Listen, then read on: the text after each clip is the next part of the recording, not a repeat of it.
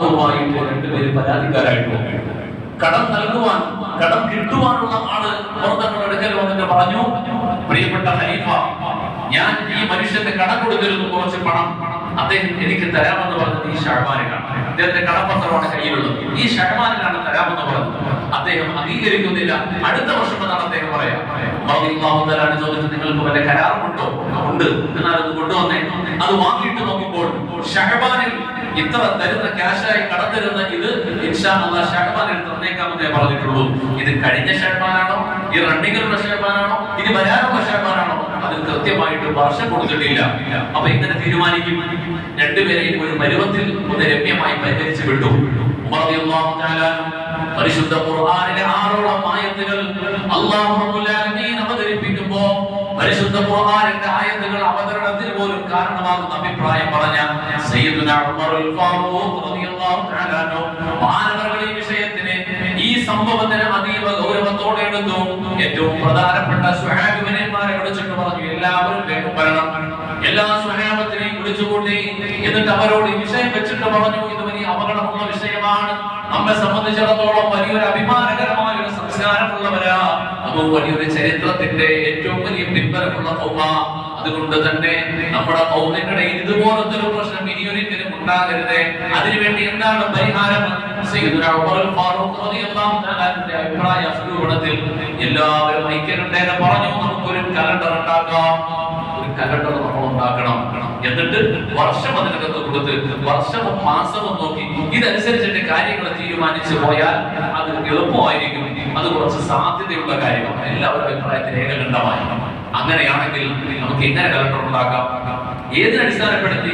ഏതെങ്കിലും ഒരു ചരിത്രം, ഏതെങ്കിലും ഒരു നാട്ടക്കുട്ടി ഉണ്ടാവുമല്ലോ, ഒരു നാഴികക്കല്ല്, ഒരു സ്മരിക്കപ്പെടുന്ന ഒരു ചരിത്രത്തിൽ നിന്നും തുടങ്ങാം, അല്ലെങ്കിൽ എന്തെങ്കിലും ഒരു വസ്തുവിനെ സൂചിപ്പിച്ചുകൊണ്ട് തുടങ്ങാം.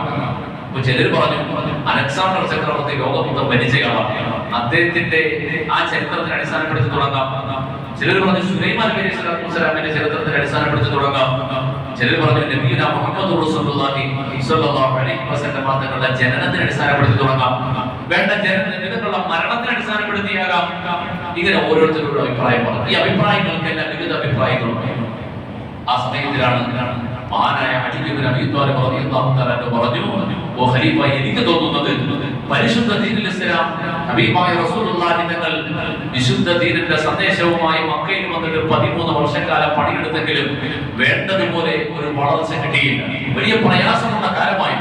അത് കഴിഞ്ഞ് മദീനത്തേക്ക് മാറുന്ന ആ ഒരു മാറ്റം, ഹിജ്റ, ഈ ഹിജ്റ എന്നൊരു മാറ്റം, അത് ഇസ്ലാമിക ലോകത്തിന്റെ അത്ഭുതകരമായ ഒരു ചരിത്രത്തിന്റെ നാഴികക്കല്ല.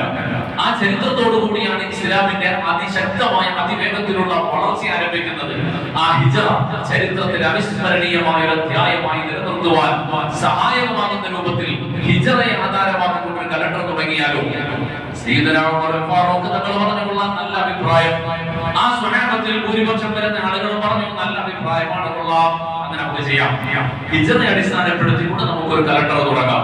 അങ്ങനെയാണെങ്കിൽ ഈ ഹിജ്റയെ അടിസ്ഥാനപ്പെടുത്തിക്കൊണ്ട് കലണ്ടർ തുടങ്ങുമ്പോൾ ഹിജ്റ അനുസരിച്ചിട്ടുള്ള ആ മാസം കലണ്ടറിനെ വർഷം കിട്ടി. ഹിജ്റ എന്ന ചരിത്ര സംഭവത്തിനെ നബിയുനാ റസൂലുള്ളാഹി സ്വല്ലല്ലാഹു അലൈഹി വസല്ലം തങ്ങളുടെ ജീവിതത്തിലെ വിശുദ്ധ ദീനിൽ അവിസ്മരണീയമായ ഈ ചരിത്രത്തിനെ ആധാരമാക്കിക്കൊണ്ട് കലണ്ടർ തുടങ്ങാം. എന്നാൽ അതിനുള്ള മാസങ്ങൾ ഏതാകണം? ഈ മാസങ്ങളെ കുറിച്ചും ഈ കലണ്ടർ തുടങ്ങുന്നതിനെ കുറിച്ച് ആലോചിക്കുമ്പോഴും ഏതുണ്ട്? ജനുവരി, ഫെബ്രുവരി, March, April, May, June, July, August, September, December വരെയുള്ള മാസങ്ങൾ അപ്പോഴും ഉണ്ട്. ഈ കലണ്ടർ അന്നുണ്ട്. ഈ കലണ്ടർ അവിടെ തുടങ്ങി. ഇപ്പൊ അടുത്ത വർഷം 2024 അവസാനിച്ച് 2025 പ്രവേശിക്കാൻ പോകുന്നു എന്നുള്ള കലണ്ടറിന്റെ 620ാമത്തെ വർഷത്തിലാണ് ഈ ചരിത്രം നടക്കുക. ഏകദേശം 620-25 സമയത്തിലാണ് നടക്കുന്നത്. അപ്പൊ ഈ സമയത്തിൽ 625 ചരിത്രം നടക്കുമ്പോൾ അന്ന് ഈ കലണ്ടർ മദീനയിൽ തന്നെയുള്ള പ്രബല വിശ്വാസികളായിട്ട് ആദ്യകാലത്ത് ഉണ്ടായിരുന്ന, പിന്നീട് ന്യൂനപക്ഷമായി മാറിയ ക്രൈസ്തവ സമൂഹം വിശ്വസിച്ചു പോരുന്ന, അവർ അനുധാവനം ചെയ്തു പോകുന്ന കലണ്ടറാണിത്. ഈ കലണ്ടർ മദീനത്തുണ്ട്, ക്രൈസ്തവ വിശ്വാസികൾക്കിടയിലുണ്ട്. അതുള്ളപ്പോഴാണ് ഉമറുൽ ഫാറൂഖ് റളിയല്ലാഹു തആല പറയുന്നു, നമുക്ക് പുതിയൊരു കലണ്ടർ ഉണ്ടാക്കണം, നമുക്ക് പുതിയൊരു കലണ്ടർ വേണം. അതിനടിസ്ഥാനപ്പെടുത്തിക്കൊണ്ടാണ് മുസ്ലിമിന്റെ കാര്യങ്ങൾ തീരുമാനിക്കേണ്ടത്. ഏത് ഉമറാണ്? മഹാനായ സയ്യിദുനാ ഉമറുൽ ഫാറൂഖ് ഹബീബായ നബിയുനാ റസൂലുള്ളാഹി തങ്ങൾ തന്റെ പിൻഗാമിയായി, ഏറ്റവും പ്രധാനപ്പെട്ട പിൻഗാമിയായി, ശൈഖൈനിയായി പരിചയപ്പെടുത്തിയ ഏറ്റവും പ്രധാനപ്പെട്ട സ്വഹാബിവരെ ഇസ്ലാമിക ഖിലാഫത്തിന്റെ ഏറ്റവും വിശാലമായ വ്യാപനത്തിന്റെ കാരണക്കാരനായ സയ്യിദുന ഉമർ അൽ ഫാറൂഖ് തങ്ങൾ ആ നിലനിൽക്കുന്ന കലണ്ടർ ഉണ്ടെന്നറിഞ്ഞിട്ടും ആ സമൂഹത്തിൽ മജൂസികൾക്ക് കലണ്ടറുണ്ട്, യഹൂദികൾക്ക് കലണ്ടറുണ്ട്, നസാറാക്കൾക്ക് കലണ്ടറുണ്ട്, പല ആളുകൾക്കും കലണ്ടർ കാലം നോക്കാനുള്ള കാലത്തിന്റെ പല മാർഗങ്ങളുമുണ്ട്. ഇതൊക്കെ ഉള്ളപ്പോഴാണ് തങ്ങൾ പറയുന്നു നമുക്ക് പ്രത്യേകിച്ച് പുതിയൊരു കലണ്ടർ ഉണ്ടാകണം. അപ്പൊ ഇതൊന്നും പറ്റൂല, നമ്മൾ ഇതിനെ ഫോളോ ചെയ്യാൻ പറ്റൂല, നമുക്ക് വേണ്ടി പുതിയൊരു ഉണ്ടാകണം. ആ ചർച്ചയിൽ നിന്നുമാണ് ഹബീബായ നബിയുനാ റസൂലുള്ളാഹി സ്വല്ലല്ലാഹു അലൈഹി വസല്ലം തങ്ങളെ ഹിജ്റയെ അടിസ്ഥാനപ്പെടുത്തിക്കൊണ്ട് തുടങ്ങാം.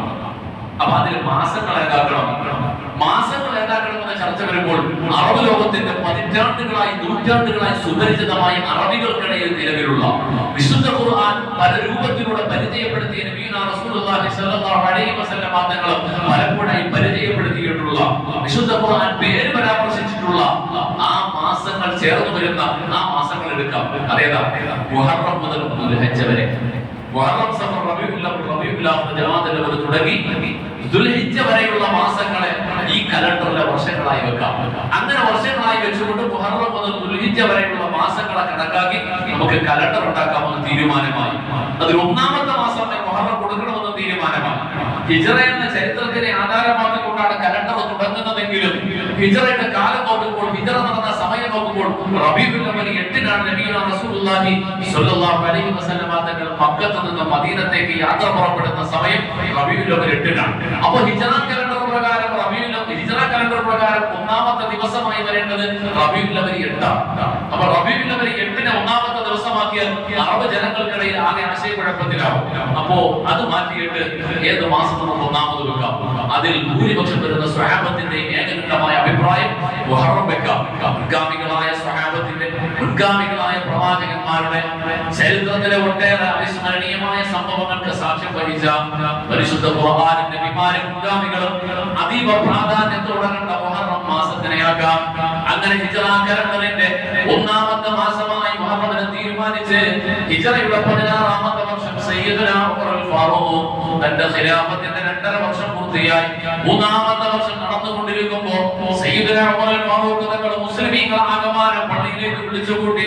എല്ലാവരെയും വിളിച്ചുകൂട്ടിക്കൊണ്ട് മിമ്പറിലേക്ക് കയറിയിട്ട് പറഞ്ഞു, ഇന്നത്തെ ദിവസം മുതൽ മുസ്ലിമീങ്ങൾ അവരുടെ ഇസ്ലാമിക കാര്യങ്ങൾക്ക് ആധാരമാക്കേണ്ടത് ഈ കലണ്ടറാണ്. ഹബീബായ മുഹമ്മദ് റസൂലുള്ളാഹ് ഈ പ്രവാചക പ്രഭുവിന്റെ ഹിജ്റയെ ആധാരമാക്കിക്കൊണ്ടുള്ള കലണ്ടറാണ് മുസ്ലിം പാലിക്കേണ്ടത്.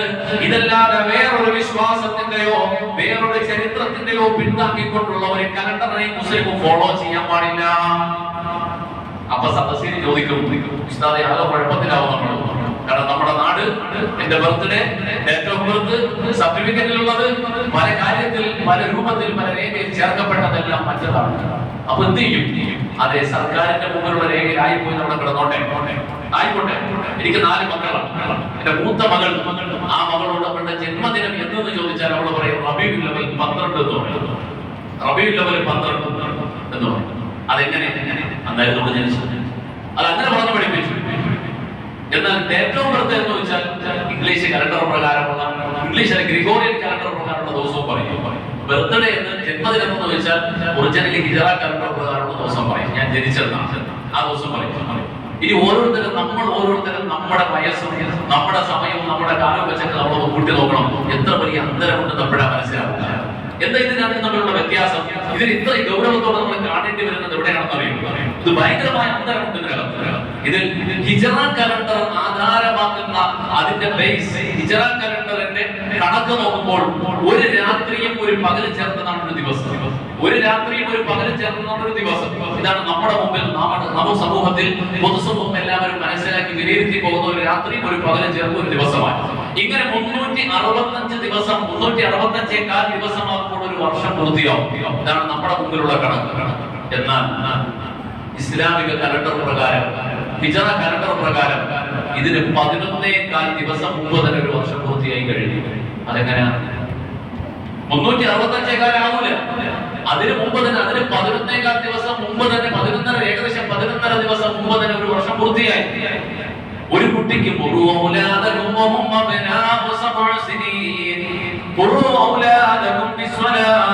നിങ്ങളുടെ മക്കളെ 7 വയസ്സാകുമ്പോൾ നിസ്കാരം കൊണ്ട് കൽപ്പിക്കണം. ഈ ഹദീസിനെ അടിസ്ഥാനപ്പെടുത്തി അമൽ ചെയ്യാൻ ആഗ്രഹിക്കുന്ന ഒരു മുസ്ലിം അവന്റെ കുട്ടിയോട് നിസ്കാരം കൽപ്പിക്കുവാൻ കാത്തിരിക്കുന്നു. 7 വയസ്സാകാൻ നമ്മൾ ഉപയോഗിക്കുന്ന കലണ്ടർ പ്രകാരം 7 വയസ്സാകാൻ കാത്തിരിക്കുന്നു. സത്യത്തിൽ അതിന് 77 ദിവസങ്ങൾക്ക് മുമ്പ് ഈ കലണ്ടർ നമ്മുടെ മുമ്പിൽ വീട്ടിൽ തൂക്കിയിടപ്പെട്ടിരിക്കുന്ന കലണ്ടർ നോക്കി പുതുവർഷത്തിന് വേണ്ടി കാത്തിരിക്കുന്ന മുസ്ലിം തന്റെ കുട്ടിയോട് നിസ്കാരം കൽപ്പിക്കുവാൻ 77 ദിവസം മുമ്പേ സമയം കഴിഞ്ഞു പോയി. ഇവിടെ അറിയില്ല, കാരണം നമ്മൾ ഫോളോ ചെയ്യുന്ന സാധനം വേറെ. ഏതാ വർഷം? എന്താണ് അതിന്റെ വ്യത്യാസം? ഗ്രിഗോറിയൻ കലണ്ടർ എന്ന് പറയുന്ന കലണ്ടർ 1582 ഗ്രിഗോറിയൻ മാർപ്പാപ്പ ഉണ്ടാക്കിയെടുത്ത കലണ്ടർ, അല്ലെങ്കിൽ അദ്ദേഹം ഒന്നും കൂടെ ഒന്ന് മോഡിഫൈ ചെയ്ത കലണ്ടർ. ആ കലണ്ടറിൽ ചരിത്രപരമായി പരിശുദ്ധ ഇസ്ലാമിന് ഒരിക്കലും അംഗീകരിക്കാൻ കഴിയാത്ത ചില വിശ്വാസങ്ങൾ, നമുക്ക് ഒരിക്കലും അംഗീകരിക്കാൻ കഴിയാത്ത ചില വിശ്വാസങ്ങൾ അരക്കിട്ടുറപ്പിക്കുകയാണ്. അതിന് നമ്മൾ അംഗീകരിച്ചു കൊടുക്കുകയാണ്. എന്താ?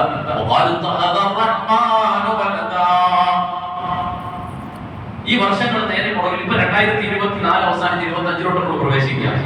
എവിടെ നിന്ന് ഈ 2024 എത്തിയത്? എവിടെ നിന്ന് എത്തിയത്? AD അന്നോ ഡൊമിനി 2024. അതിനു മുമ്പ് BC 1 മുതൽ പുറകിലോട്ട് പോകും. ഈ BC പുറകിലോട്ട് പോകുമ്പോൾ ഇത് രണ്ടും ഇവിടെ കണക്കാവുന്നില്ല. BC ബിഫോർ ക്രൈസ്റ്റ്, ക്രിസ്തുവിന്റെ മുമ്പ്, ക്രിസ്തുവിന്റെ മുമ്പുള്ള വർഷങ്ങൾ. പിന്നെ ശേഷമുള്ളത് ഒരു കാലത്ത് ആഫ്റ്റർ ഡെത്ത് എന്ന് പറഞ്ഞു ചിലർ പറയും. രേഖകളിലൊക്കെ നോക്കുമ്പോൾ കാണുന്നത് അന്നോ ഡൊമിനി, ദൈവത്തിന്റെ വർഷം. ദൈവത്തിന്റെ വർഷം, ഇയർ ഓഫ് അവർ ലോർഡ്സ്, ഒരു ലാറ്റിൻ പദമാണ്. അതിന്റെ അർത്ഥം ഇയർ ഓഫ് അവർ ലോർഡ്സ്, നമ്മുടെ ദൈവത്തിന്റെ വർഷം, നമ്മുടെ ദൈവത്തിന്റെ വർഷം. അതിന്റെ വിശദീകരണത്തിലേക്ക് പോകുമ്പോൾ അവിടെ കൊടുത്തേക്കുന്ന വിശദീകരണം എന്താ? ദൈവം മനുഷ്യകോലത്തിൽ ഭൂമിയിലേക്ക് അവതരിച്ച വർഷം.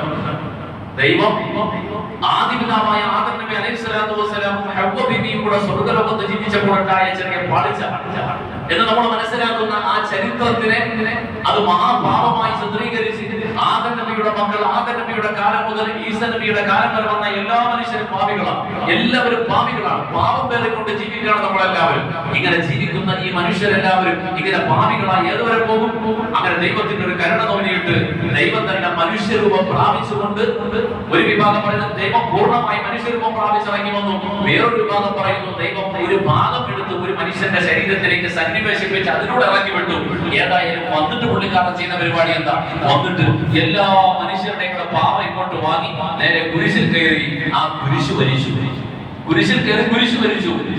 പിന്നെ കല്ലറയിലേക്ക് കൊണ്ടുപോയി കുറച്ചു ദിവസം കഴിഞ്ഞിട്ട് യഹൂദന്മാർ ചെന്ന് നോക്കുമ്പോൾ ജനാസ കാണാനില്ല. അങ്ങനെ അവിടെ നിന്ന് കാണാനില്ല. ഉയർത്തെഴുന്നേൽക്കപ്പെട്ടു. ഇനി ഒരു നാൾ വരും, ജീസസ് കം, ഇനി ഒരു നാൾ വരും എന്ന വിശ്വാസമാണ്. ഈ വിശ്വാസം ഇങ്ങനെ, അതാണ് ദൈവം മനുഷ്യകോലം പ്രാപിച്ച് ഭൂമിയിലേക്ക് ഇറങ്ങി വന്നു. ഇയർ ഓഫ് അവർ ലോർഡ്സ്, നമ്മുടെ ദൈവത്തിന്റെ വർഷം, ദൈവം ഇറങ്ങി വന്ന വർഷമെന്നാണ്. അങ്ങനെ ദൈവത്തിന് ഇറങ്ങി വരാൻ പറ്റൂ? അത് ദൈവം അങ്ങനെ മനുഷ്യകോലത്തിൽ ഇറങ്ങി വന്നു. ചോദ്യം ഒന്നാണ്. അന്നോ ഡൊമിനി, ആഫ്റ്റർ ഡെത്ത് അല്ലെങ്കിൽ അന്നോ ഡൊമിനി എന്ന് പറയുന്ന AD എന്ന് നമ്മൾ ചുരുക്കപ്പേരിൽ പറയുന്ന AD 2024 വർഷം അവസാനിച്ച് പുതുവർഷം ആഘോഷിക്കുമ്പോൾ നമ്മളും ഈ ചരിത്രത്തിനെല്ലാം ഉറപ്പിച്ചു കൊടുക്കുക. നിങ്ങൾ പറഞ്ഞ ചരിത്രം ശരിയാണ്, ഇതൊക്കെ സത്യമാണ്, ഞങ്ങൾ അംഗീകരിക്കുകയാണ്. ഖുർആൻ എന്ത് പറഞ്ഞു?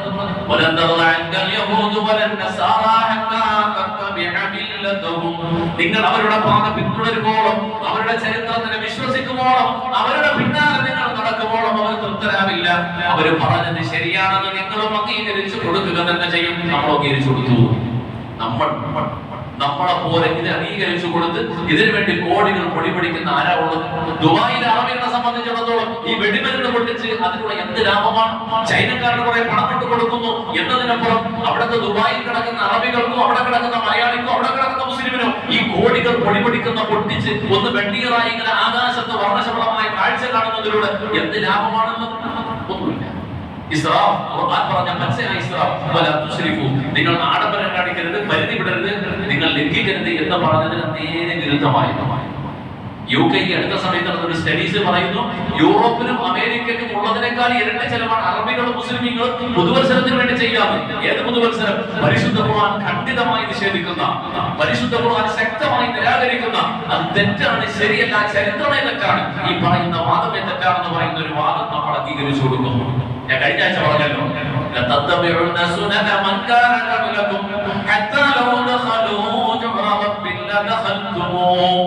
അവർ ഉടുപ്പിന്റെ മാടത്തിൽ കയറും, നിങ്ങൾ പുറകെ കയറും. കാരണം അവരുടെ പാതയാണ് ശരിയെന്ന് നിങ്ങൾ ധരിച്ചു പോകുന്ന ഒരു കാലം ആഖിർ സമാനന്റെ കാലമാണ്. നബിയുനാ റസൂലുള്ളാഹി സ്വല്ലല്ലാഹു അലൈഹി വസല്ലം തങ്ങൾ മുന്നറിയിപ്പ് നൽകിയ ആ കാലം നമ്മൾ ചോദിച്ചു വാങ്ങുന്നവരാകണം. ഞാൻ വീണ്ടും തിരിച്ചു പോകും. എന്താണ് തമ്മിലുള്ള ഇത്ര വലിയ വ്യത്യാസം? നമുക്കിതിനെ ഇത്ര ശക്തമായിട്ട് ഇതിനെ ഉൾക്കൊള്ളാൻ കഴിയില്ല എന്ന് പറയാനുള്ള കാര്യം എന്താ? നമ്മുടെ ദീനി ജീവിതത്തിൽ ഇത് ബാധിക്കുന്നുണ്ട്, ഇസ്ലാമിക ലൈഫിനെ ഇത് ബാധിക്കുന്നുണ്ട് എന്നത് തന്നെ.